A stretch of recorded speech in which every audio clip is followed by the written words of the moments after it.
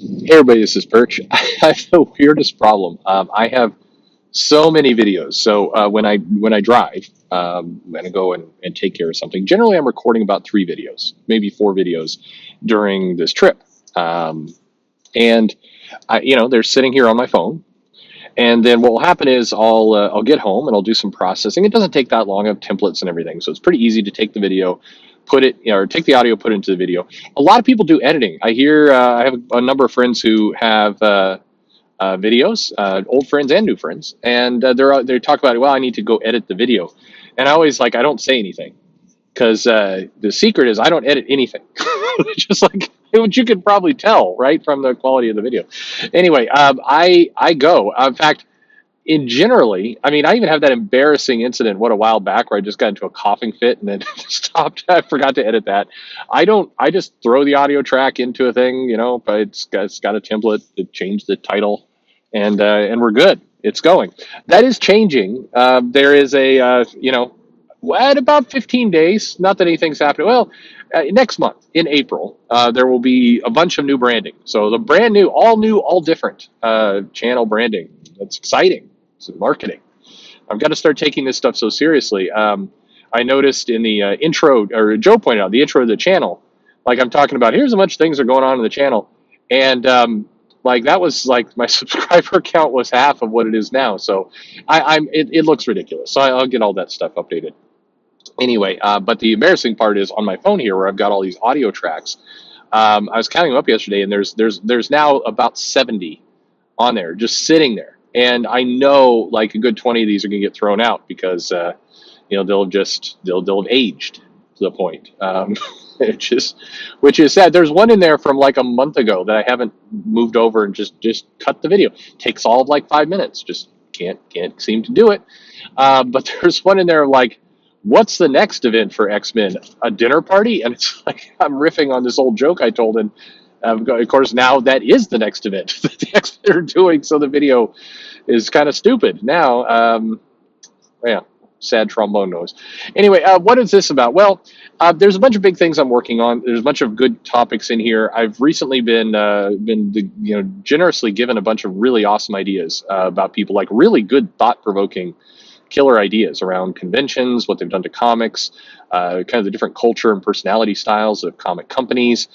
This really awesome one that a friend handed me that is about what's going on with trades, and when did they start selling trades like weeks after the final issue? That was down the rabbit hole. I thought I had a good understanding of it, and I started like pulling some numbers so I could show it, and I'm like, oh my god, it's a crazier story than you think. But I want to talk about comic shops, and in particular, what does a comic shop have to do to survive in today's marketplace? Because it's a timely question.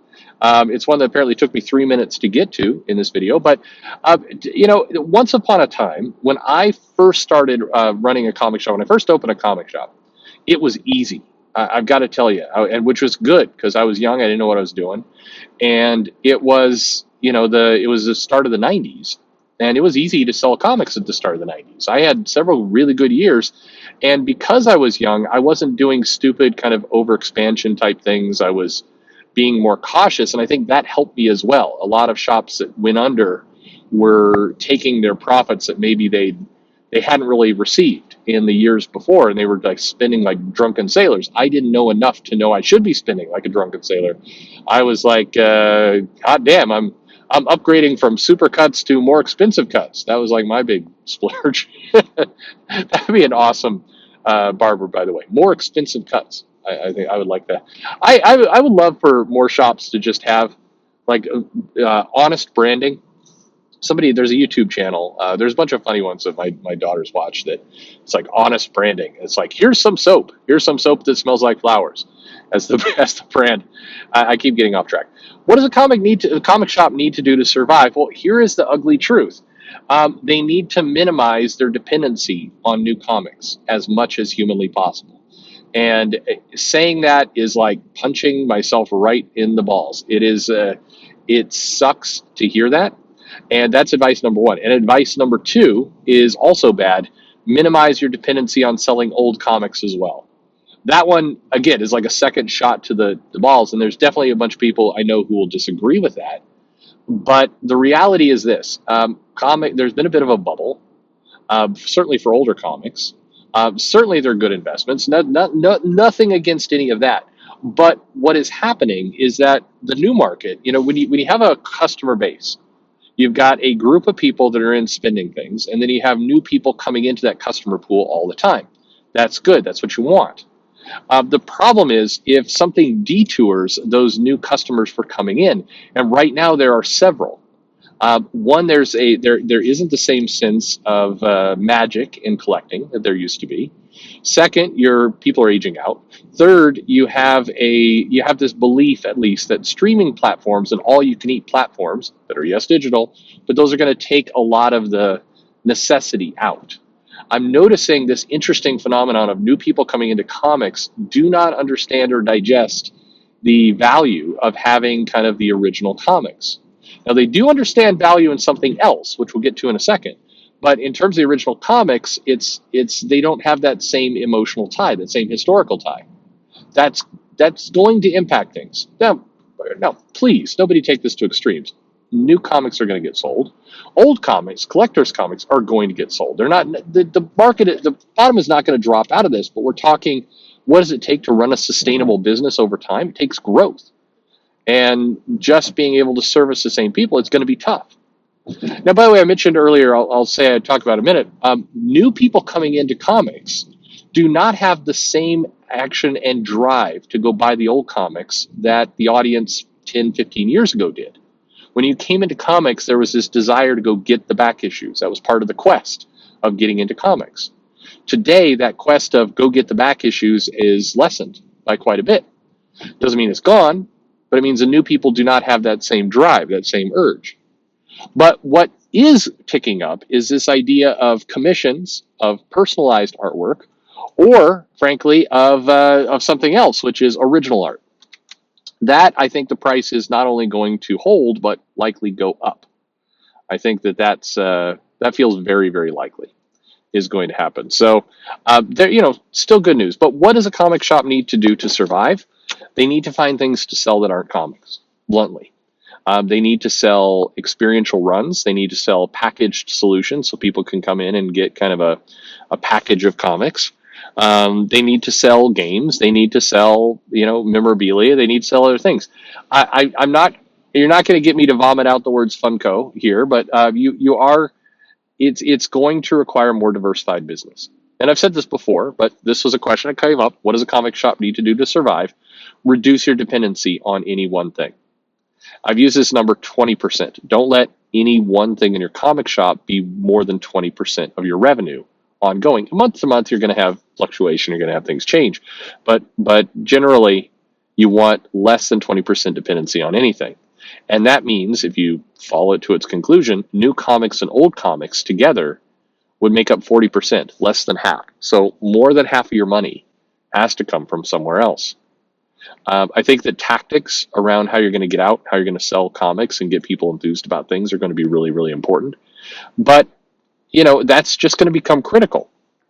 Now, there are exceptions to what I'm saying. The biggest of which is if you already run a comic shop, if it's already open and you're in a market that is established and you have a built-in customer base, then you know your customer base. And so these rules change. If you have a customer base that comes in looking for back stock and back issues, cool. And they know to come in for you, and that's the market you're serving, and you have years of sustainable data to prove that they're there, then yeah, of course, you ignore the 20% rule and you service the audience you have. If you're in a comic market where new comics sell very well for you for whatever reason, then great. Then again, you forget that rule. But if you're coming into it brand new, you're going to need to come into it far more diversified in terms of the products you're selling. You're going to need to look at the bigger picture, and you're going to need to learn to cultivate your audience. And your audience is going to be, some comic collectors will find you, but in a lot of cases, others will, be coming in from the movies or coming in from what they've seen on video games or other things. You're going to have to find other things to sustain your market. I would say one of the smartest things you could do right now is figure out how you can sell some original art or commissions or other elements like that. That is probably a very smart growth opportunity to you because it's done very poorly. I've been buying more original art lately. Lately, I've been trying to buy a lot of it. And it is shocking to me how hard it is to buy original art from artists. Most of the people selling them have like no website, no easy way to find it. You have to kind of somehow get on a mailing list, discover what you want, locate it, send it to somebody in email. They get back to you like 2 weeks later. You do some kind of transaction using PayPal. It sucks as a system. And for a lot of artists, and I know there's a lot of artists that listen to this channel, you're leaving massive amounts of money off the table. It's there is a better way, and damn it, I'm gonna give you that better way. If there's one thing I'm gonna do in 2021, I'm gonna ship some software and a service that's gonna allow you to sell your art and help. Even if you're selling it through somebody, that somebody you're selling it through can use this. I don't want a cut of it. All I want to do is cut the A to B, the A to B to C. I want to cut the B out and get it more direct. I know that's not said right. I want to cut the friction out of you selling your art because I think there's a big opportunity there. But anyway, that's the gift I'm going to try and give the comics community to try and help the sustainability of everything. But we'll see. Anyway, that's what I think it takes. So to answer your question, diversify. That's frankly all you can do right now. And thanks for listening.